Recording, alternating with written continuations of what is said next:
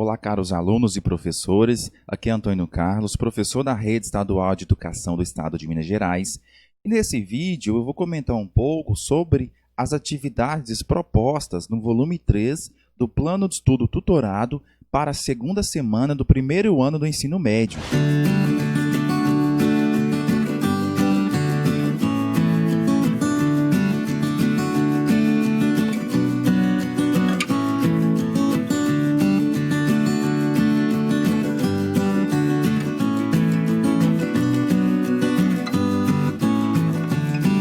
Pessoal, se inscreva no meu canal, ative o sininho da notificação, deixe sua curtida e também o seu comentário com a sua dúvida se você tiver. Isso ajuda muito no crescimento do canal e também me dá motivação para continuar produzindo conteúdos como esse para vocês. Bem, depois de você ter lido o conteúdo, ter assistido a aula no programa Se Liga na Educação e também ter visto o meu último vídeo em que eu explico o conteúdo dessa segunda semana, é a hora então de você testar os seus conhecimentos. E só lembrando que pesquisas e consultas são permitidas e até bem-vindas para que você possa realizar com sucesso essas atividades. Então vamos às questões. Questão de número 1. A imagem abaixo ilustra a estrutura da Terra. Comente as camadas representadas descrevendo suas características. Bom, de acordo com a imagem, então, nós temos as camadas da crosta terrestre, manto e núcleo. E temos também aqui uma indicativa de continentes situados sobre as placas tectônicas. Então, vamos escrever as principais características de cada uma das camadas. Primeira camada, a crosta terrestre. A crosta terrestre, gente, é a menor da estrutura do planeta Terra. É a menor camada, mas também a mais importante para as atividades humanas. Ela é composta por rochas leves, tendo como minerais predominantes o silício, o alumínio e o magnésio.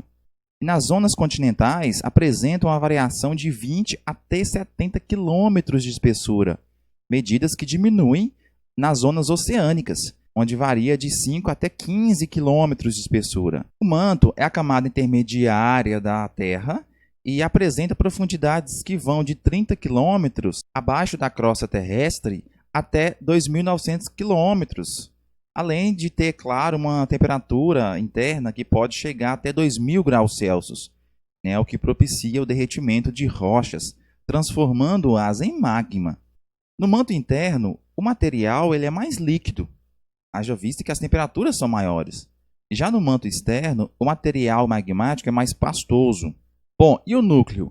Não se sabe exatamente qual é a composição, mas há fortes indícios de que ele seja formado por uma liga de ferro e níquel, que também deve envolver outros elementos químicos ainda desconhecidos.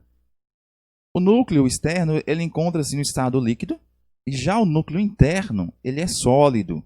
Isso porque a influência da temperatura e da pressão interna do planeta sobre essa camada interna faz com que então os materiais sejam encontrados no estado sólido. Questão 2.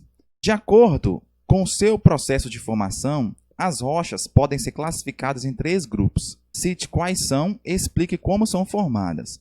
Bom, nós temos então 3 tipos de rochas. Rochas ígneas, também chamadas de magmáticas, rochas metamórficas e rochas sedimentares. As rochas ígneas ou magmáticas são aquelas que se originaram a partir da solidificação do magma. Essas rochas costumam apresentar, em sua maioria das vezes, uma resistência maior. São, além de formadas a partir da solidificação do magma na superfície, também tem o resfriamento e a solidificação dentro do interior da crosta terrestre, sendo assim denominadas de intrusivas quando são dentro da crosta ou extrusiva quando são resfriadas e solidificadas fora da crosta. Rochas metamórficas são rochas que surgem a partir de outros tipos de rochas que existem previamente, chamadas de rocha-mãe, sem que essas se decomponham durante o processo. Esse processo todo é chamado de metamorfismo.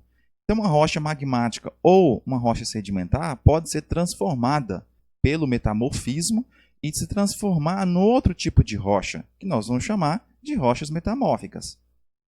As rochas sedimentares São as rochas que se originaram a partir do acúmulo de sedimentos, né, que são partículas de rochas, esses sedimentos. Tanto sedimentos mais finos até sedimentos mais grossos. Uma rocha pré-existente ela sofre a ação de vários agentes externos do relevo, que transforma tanto o relevo quanto a estrutura rochosa, desgastando essa rocha em inúmeras partículas, e é um processo chamado de meteorização. Em seguida, esse material ele é transportado pela água, pelo vento, para outras áreas, principalmente nas regiões planas ou de depressões, que se acumulam ali e ao longo dos anos vão sofrendo a pressão e se unem novamente, solidificando essa estrutura que era formada por sedimentos em uma nova rocha. E essa rocha então é chamada de rocha sedimentar. Questão 3. Observe a imagem e escreva um parágrafo descrevendo o ciclo das rochas. Nós temos aqui uma imagem esquemática mostrando então o ciclo das rochas. Vamos identificar as rochas aqui: rocha ígnea ou magmática, rocha metamórfica e rocha sedimentar. E nós temos um ciclo de transformação dessas rochas.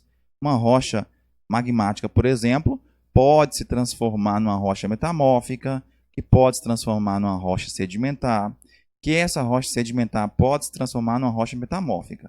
Então, você vai descrever esse ciclo das rochas com suas próprias palavras. E você poderia então responder que o ciclo das rochas é um processo de transformação dessas rochas, né, que mudam a sua composição mineralógica e propiciam a existência de 3 tipos básicos: magmáticas, metamórficas e sedimentares, sendo que a existência desse ciclo permite e até mesmo evidencia o caráter dinâmico da litosfera terrestre em processo constante de transformação, fruto de agentes, né, tanto endógenos, internos, quanto agentes externos, também chamados de exógenos, na transformação da superfície terrestre. E uma observação importante é que, caso esse ciclo não existisse, a litosfera terrestre seria composta apenas por uma rocha específica, a rocha magmática, porque aí não haveria, então, o processo de transformação na rocha metamórfica, nem em uma rocha sedimentar.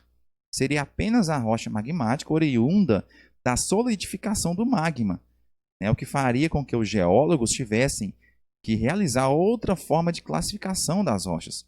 E por esses motivos, podemos compreender que os demais tipos só podem existir a partir da transformação de tipos de rochas pré-existentes. Questão 4. Através de investigações, os cientistas obtiveram conhecimentos importantes sobre o interior da Terra.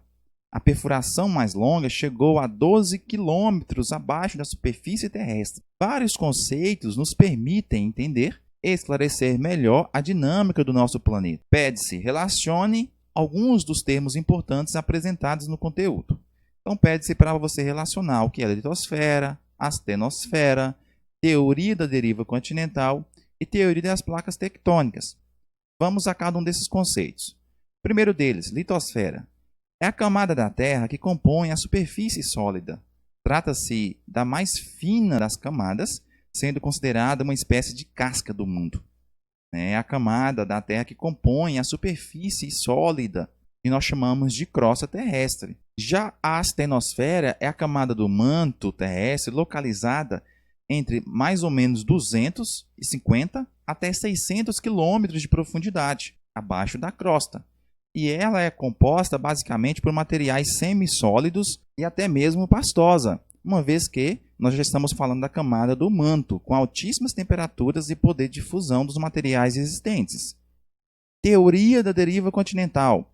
Bom, essa teoria ela foi criada pelo Alfred Wegener, né, na qual ele afirmou que há mais ou menos 200 milhões de anos atrás existia uma única massa continental, que nós chamamos de Pangeia, um único continente, que era o Pantalassa. E, na sua essência, significava dizer que, ao longo dos anos, essa massa continental única ela foi se movimentando, se quebrando, dando origem à formação visual que nós temos hoje dos continentes no planeta Terra. O Alfred Wegener não conseguiu explicar por que esses continentes se movimentavam, porque até então não tinha a teoria das placas tectônicas. Mas foi fundamental para que se entendesse que os continentes estavam em constante movimento e transformação. Já veio a teoria das placas tectônicas para explicar então por que os continentes então se moviam. Ela fala que a litosfera é uma camada rígida e resistente, mas também é fragmentada em placas tectônicas que se deslizam, colidem e convergem, até mesmo se separam, à medida que se movem sobre a astenosfera, a camada abaixo da litosfera. E novas placas tectônicas são criadas a partir do momento que elas se separam. E também pode ocorrer o processo de convergência, de choque, de criação e destruição, sendo que esses movimentos eles vão ocasionar os abalos sísmicos, os terremotos, os maremotos, né? Vão ocasionar também outros fenômenos geológicos. E essa teoria que nós chamamos de placas tectônicas. Questão 5. Explique a seguinte afirmativa. O magma proveniente do manto define a formação das rochas magmáticas. Bom, gente, é uma afirmativa aí onde nós temos a origem da formação das rochas magmáticas a partir, então, do magma que vai ser resfriado e solidificado. Então, as rochas magmáticas são formadas por esse processo de solidificação do magma pastoso presente no interior do planeta Terra. Além de se solidificarem no interior da Terra, elas também são formadas na crosta terrestre. E aí nós vamos ter, então, dois tipos de rochas magmáticas, as intrusivas e as extrusivas. As extrusivas são aquelas quando ocorrem as erupções vulcânicas, onde a lava, que é o material de magma derretido, são expelidos. E ao entrar em contato com o meio ambiente externo, com a temperatura bem mais baixa, se resfria e solidifica, então formando as rochas magmáticas. Bom, caros estudantes e professores, esse foi o vídeo explicativo sobre as atividades propostas no volume 3 do Plano de Estudo Tutorado para a segunda semana do primeiro ano do ensino médio. Meu forte abraço e meu muito